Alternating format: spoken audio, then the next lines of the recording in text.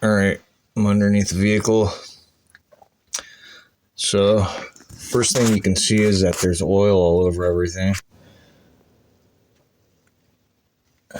So there's a bit of a leak somewhere.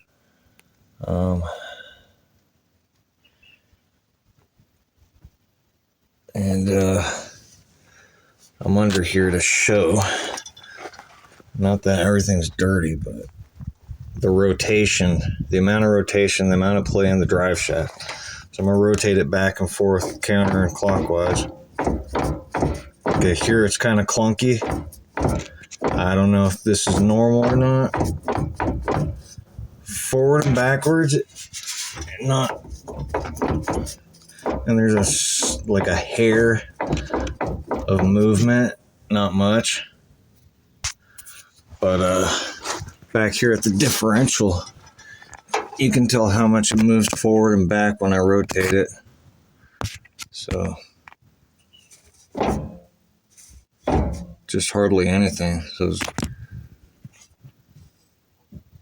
So it moves forward a little bit and goes back. So maybe this is the source of my noise, I don't know.